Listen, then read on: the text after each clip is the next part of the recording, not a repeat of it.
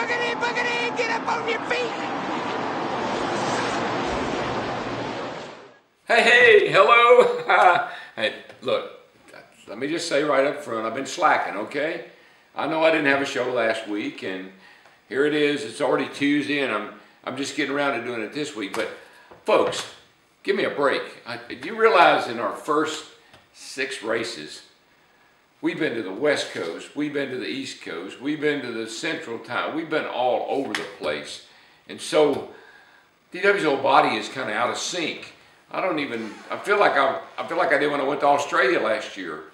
I lost a day somewhere. I know I lost a few hours somewhere. But anyway, enough about that. I just want you to know I'm well aware of the fact that I'm a little behind with the show. But I'll bring you up to speed, okay? We'll just look back just a teeny bit to California, and we were so lucky to get half that race in at California. No one gave us a chance to get that race halfway, because as you watched the radar, the weather was just coming, and it looked like it was going to rain probably somewhere around 70 laps. But that rain came. I know, it's just a theory, okay? And it's just something that through the years has proven to be true. You know what it is? Huh? The vortex theory. When the cars are going round, they're creating a little turbulence, and that turbulence is opening up the skies, and it keeps the rain away.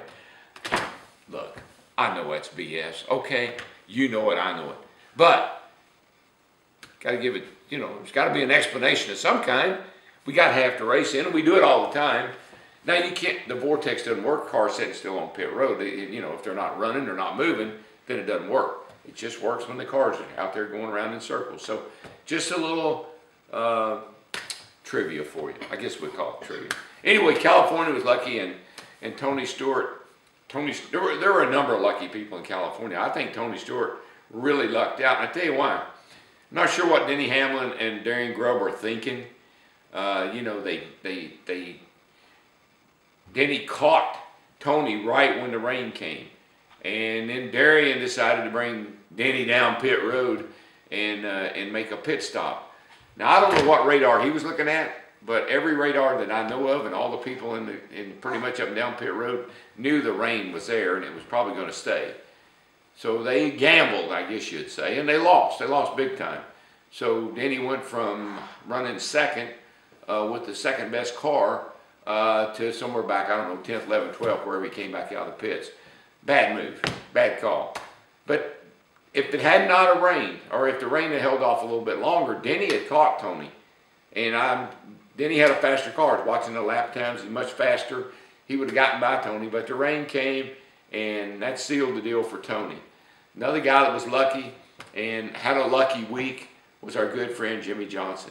Now, I know a lot of people say everybody's against Jimmie Johnson. Nobody likes Jimmie Johnson. Well, the racing gods must love Jimmie Johnson, because last week in California, he gets his 25 points that he got docked, given back to him, and that car was out of the race. If they restart the race, he's done.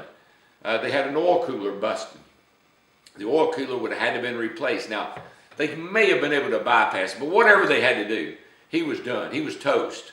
So when the rain came, he was fortunate that the rain came, the race stopped, and it didn't restart, and he ended up 10th. So a couple of guys that were really lucky, in my opinion. And there were some other guys, that stayed out. Kurt Busch got a top 10 finish, and some other guys that wouldn't have gotten that good a finish got some pretty good finishes at California. So enough about California. That's old news, I understand. We don't need a whole lot more. We need new news. Let's talk about Martinsville. Let's talk about hot dogs. I'm not talking about the kind you eat. I'm talking about out on the racetrack. The guys I thought Martinsville was an awesome show. 500 laps there, little paper clip, beating and banging, bull ring, short track, concrete to asphalt, curbs, tight pit road. So many elements that go into making Martinsville what it is. And you got to be spot on. You got to have the car right. And the two guys, but three Two guys for sure, a third one, okay.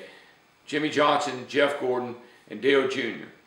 They were the class of the field for most of the race. Those Hendrick cars were right up front. They dominated the race. It looked like Rick Hendrick was going to get his 200th win. And I think everybody was pretty comfortable with that. I think, you know, if those guys run that good, they deserve to win the race. But then all heck broke loose. You know, late in the race, David Rudiman, my good friend, I'm going to defend him. Not because he's my good friend, but because you have to understand the circumstances. That car that he's driving is the 10 car. That's Danica Patrick's car. Part of the method to their madness was Danica's going to run the car sometime and David's going to run the car sometime. But keep the car in the top 35 and owner points, so when Danica gets in the car in a few weeks at Darlington, she don't have to worry about getting in on qualifying speed. She will automatically be in because she's in the top 35 in points. Nothing wrong with that. That's good strategy, except it just hadn't worked out. It's kind of backfired. And so what happened at Martinsville with David? The car, they had a problem. They took the car in the garage. They worked on it, came back out. I don't know, they were probably 60 laps down. But here's things I want you to know. There's a couple of things I wrote down. Dave Blaney, Rudiman, and Kyle Busch were all within 1 lap of each other.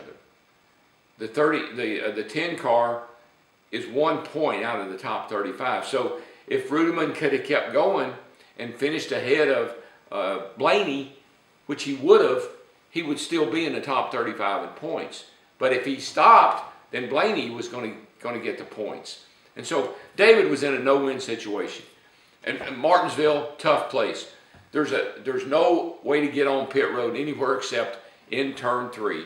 That's pit road entrance. You could come around off turn 2 and block pit road, I guess, if you had a mind to. But really and truly, the only real way to get off of pit road is going down the back straightaway in the 3rd turn. David, everybody says, well, he passed by 3 or 4 times. Look, the car was running, and he was going to be able to finish the race. Yes, they black flagged him, but you get 3 laps. It's not like they black flag you next time by, you don't come in, they pull you a scorecard. You get 3 laps. He was only in his 2nd of the 3, and he was just trying to make it to the end of the race. That's all he was trying to do. And lo and behold, the car quit. He's coming down the front, thing cuts off, chug, chug, chug, chug.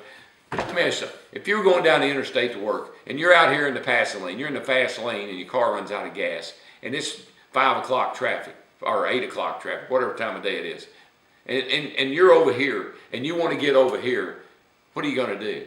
You can't. There's nothing you can do. You just come to a chug, stop up next to the median, and hope nobody runs over you. It's kind of what happened to David. He had nowhere to go, car wouldn't run, he couldn't get back to pit road, so they threw a caution. Corby Madison, why'd they throw a caution, man? Just a couple more laps. Let him sit there and finish the race. But what if somebody run into him and cause a bad wreck? So, you see, everybody's in the same box. He got mad. He didn't want to happen to him what happened to him. NASCAR couldn't let him sit there. They had to throw a caution, so we get a green-white checkered, and here's where it got interesting. Because I'm sure that Jeff Gordon and Jimmy Johnson expected a few people behind them to stay out on the racetrack. I think I probably would have. When I see them stay out, I might have said, I think if I were 3rd or 4th, you know, I might stay with them. But no, everybody pitted. Everybody made a pit stop, took tires. So when they come around to restart that race, the 48 and the 24, they're setting ducks. They got no grip. You got dirt on your tires. We talked about all day. You get dirty tires. When you try to put the power down, beep, beep, thing won't go. Guy behind you's got on 4 stickers. Boom! He's right around you, or he's up beside of you. That's what happened.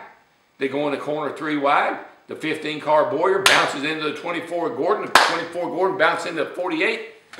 Everybody wrecks, except a couple of guys.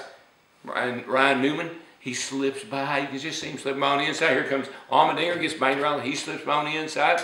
Junior keeps going. He makes it. But the other guys, they're all crashed. So, what would I have done? 2 things. Remember what I said during the telecast? If I were Jimmy Johnson and Jeff Gordon, I'd figure this thing out before I go green. I would have said, look, I'm going to start on the inside and you start on the outside, and I'm going to lay back and I'm going to let you go. Or I'm going to let you start, whichever way they want. Whoever, at the time, Jeff Gordon was leading the race. So in theory, Jimmy Johnson said, look, Jeff, you take the outside. I'll chug back. You come off turn 4, get the green. I'll hold everybody back. You drop down in line, and we're gone. At least one of us can win the race. But they didn't do that. They raced each other like they didn't even know who they were, like they didn't have anything in common, which is, they're teammates. So they could have orchestrated that start a little different, I think. And the outcome would have been much different, I believe. Who knows? When you got fresh tires on and those guys are sitting there on those older tires, they may have passed them coming off turn 4 to get the checker. I don't know. But the start would have not been so convoluted if they'd have just kind of used a little better strategy, I think. Nonetheless, everybody got a free onion. Old Ryan Newman, if he finishes in the top 10, you go to Outback on Monday, say Ryan top 10, they'll give you a free onion. Did you get yours? I got mine and a steak. So I was pretty happy. Now, one more thing. As serious as I can be. Who won the national championship? Who won the NCAA national championship Monday night in New Orleans? Huh? Did I not tell you? I mean, they were busting on me about the lottery. I said, man, I'm not worried about the lottery. I just doubled down on Kentucky and I'll get my money back. So, my Wildcats, they did it. They're national champions. Great year. Great job of Coach Calipari. Great job of the team. Fun to watch. Got a little nervous. Got a little nervous there in the second half, down about 2/3 of the way through the second half. Things tightened up a little bit, but my boys came through and they're the national champs. Congratulations to the Kentucky Wildcats. And boy, if we could just keep some of those kids around for another year, that'd be nice.